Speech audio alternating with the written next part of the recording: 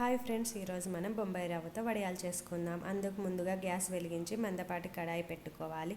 అందులో 1 గ్లాస్ బొంబాయి రవ్వకు 7 గ్లాసుల వాటర్ తీసుకోవాలి. ఈరోజు నేను 1 గ్లాస్ బొంబాయి రవ్వ వడియాలు చేస్తున్నా కాబట్టి 7 గ్లాసుల వాటర్ తీసుకుంటున్నాను. చూడండి మీరే.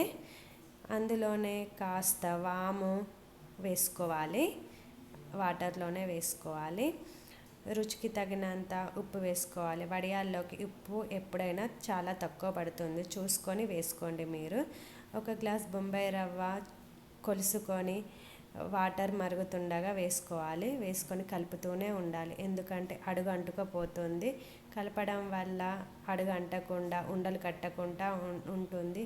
కన్సిస్టెన్సీ చిక్కగా వచ్చే వరకు కలుపుతూనే ఉండాలి. కన్సిస్టెన్సీ ఈ విధంగా వచ్చిన తర్వాత గ్యాస్ ఆఫ్ చేసుకొని చల్లారబెట్టుకోవాలి. చల్లారిన తర్వాత కవర్ పైన గరిటతో ఇలా రౌండ్గా వేసుకోవాలి. మనం పిండి మొత్తం ఈ విధంగా రౌండ్గా వేసుకోవాలి.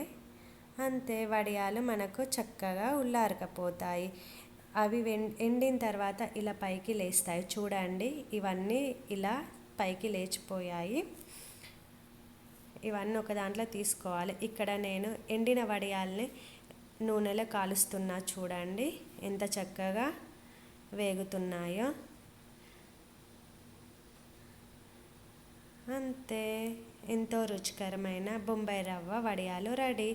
Please like, share, subscribe my channel friends.